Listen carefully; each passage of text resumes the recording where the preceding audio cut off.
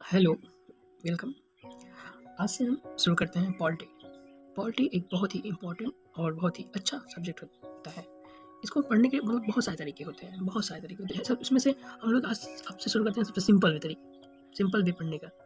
Indian polity पढ़ने के लिए आपको यूट्यूब चैनल पे बहुत सारे वीडियोज़ मिल जाएँगे, कुछ मतलब बहुत अच्छे तरीके से मिल जाएँगे। लेकिन आज हम जो तरीका पढ़ेंगे वो बहुत ही सिंपल और सरल तरीके से पढ़ना शुरू करते हैं।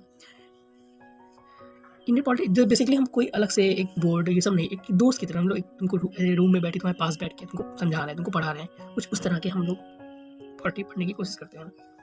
पॉलिटी पढ़ने से पहले हमको ये जानना जरूरी होता है कि पॉलिटी हम पढ़ती क्यों है ना, पॉलिटी क्यों पढ़ाई करते हैं। बेसिकली पॉलिटी का मतलब ये नहीं जो पॉलिटी पढ़ लेते हैं एक बार फिर वो पॉलिटिक्स करे जाके, ये हमें पॉलिटी कभी सिखाती नहीं।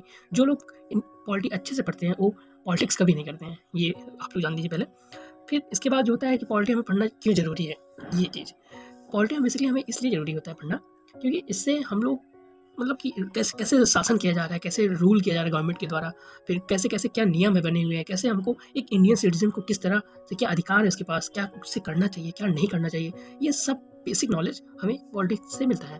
तो एक तरह से देखा जाए कि पॉलिटी हर उस इंडियन सिटीजन को पढ़ना चाहिए, हर एक इंडियन सिटीजन के लिए ज़रूरी होता है इंडियन पॉलिटी का बेसिक स्ट्रक्चर हम लोग अगर देखा जाए तो वो स्टार्ट होता है 1947 के आसपास, जब हमारे कैबिनेट मिशन की स्थापना हुई थी। तो हम शुरू करते हैं कि कैबिनेट मिशन कब कब बना था, कब स्टार्ट हुआ था, उससे कितने मेंबर थे, कौन कौन मेंबर थे, प्रिंसिपल स्टेट प्रोविजनल स्टेट से कितने कितने मेंबर्स लिए गए थे। तो ये सब बातें हम लोग शुरू करते हैं जानना। पॉलिटी पहले जानते हैं cabinet mission. Cabinet mission cabinet mission cabinet mission 1946 में जो कि बनाया गया था। उस समय हमारा देश आज़ाद नहीं हुआ था 1946 में, इंग्लैंड मतलब कि ब्रिटिशों द्वारा बनाया गया था। ये 1946 में ब्रिटिशों द्वारा ही बनाया गया था। इसमें बेसिकली देखा जाए तो इसमें जो मेंबर लिए गए थे ब्रिटिश द्वारा वो प्रिंसली स्टेट और प्रोविजनल स्टेट दोनों के सदस्य लिए गए थे। जो प्रिंसली स्टेट से मेंबर लिए गए थे वो नॉमिनेटेड होके आते थे, और जो प्रोविंस स्टेट से लिए गए थे वो इलेक्ट होके आते थे। बेसिकली इसमें जो मेंबर थे इसके मेंबर एक तो province plus प्रिंशियल state.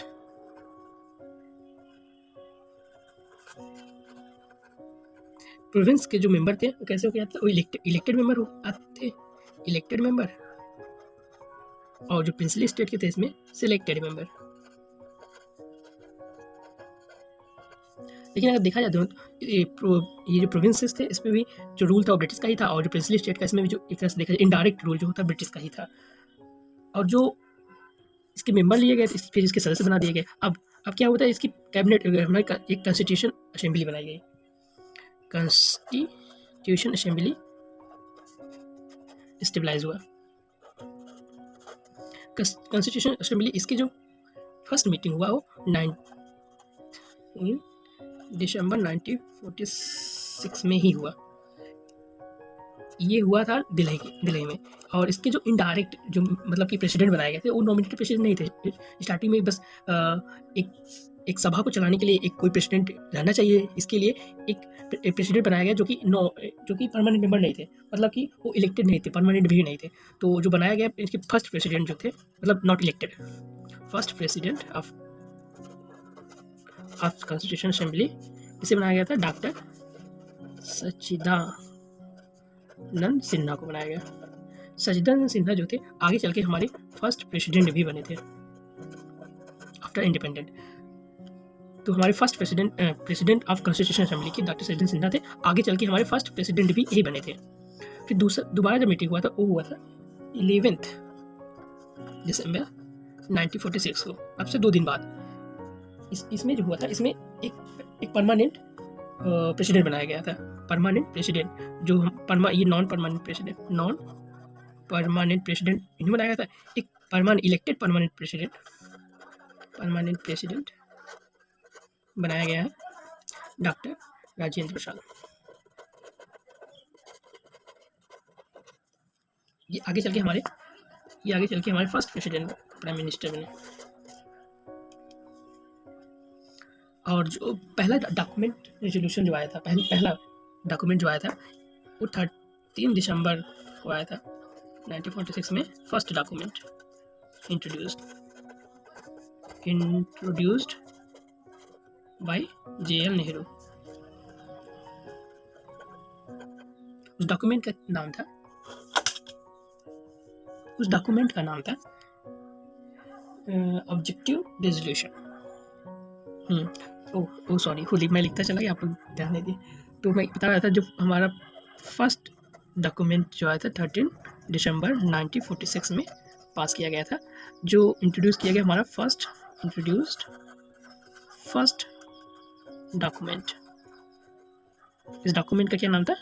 Objective resolution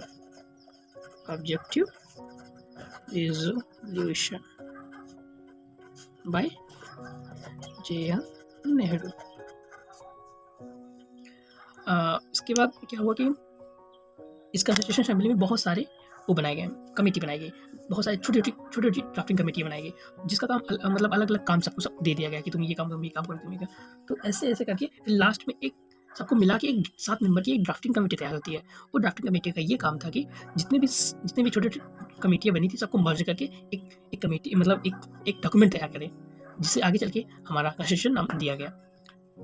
उस जो ड्राफ्टिंग कमेटी 7 मेंबर की ड्राफ्टिंग कमेटी बनी थी, उसके जो चेयरमैन थे वो डॉक्टर भीमराव अम्बेडकर जी थे। तो जो ड्राफ्टिंग कमेटी बनी,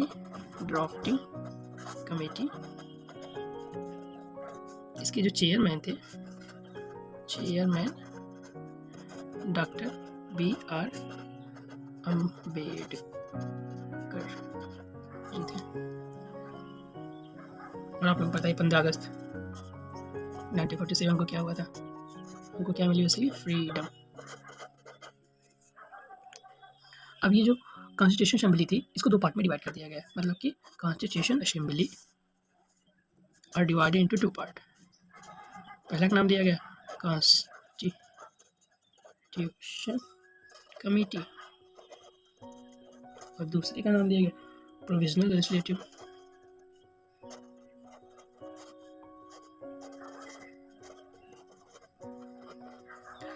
इसके जो प्रेसिडेंट थे वो थे डॉक्टर राजेंद्र प्रसाद, और इसके जो प्रेसिडेंट थे वो मतलब जो प्रेसिडेंट बोलो फिर हेडेड बोलो कि हेडेड बाय जीवी मौलानकर जो हमारे थे, आगे चल के ये हमारी बने फर्स्ट लोकसभा स्पीकर बने। आगे चल के ये हमारे फर्स्ट लोकसभा स्पीकर बने। ये जो ड्राफ्टिंग कमेटी बनी गई थी, ये बना था 29 अगस्त 1947 में ये ड्राफ्टिंग कमेटी बनके तैयार हुआ था। अब आगे हम लोग इसके आगे कल से स्टार्ट करते हैं। Thank you so much.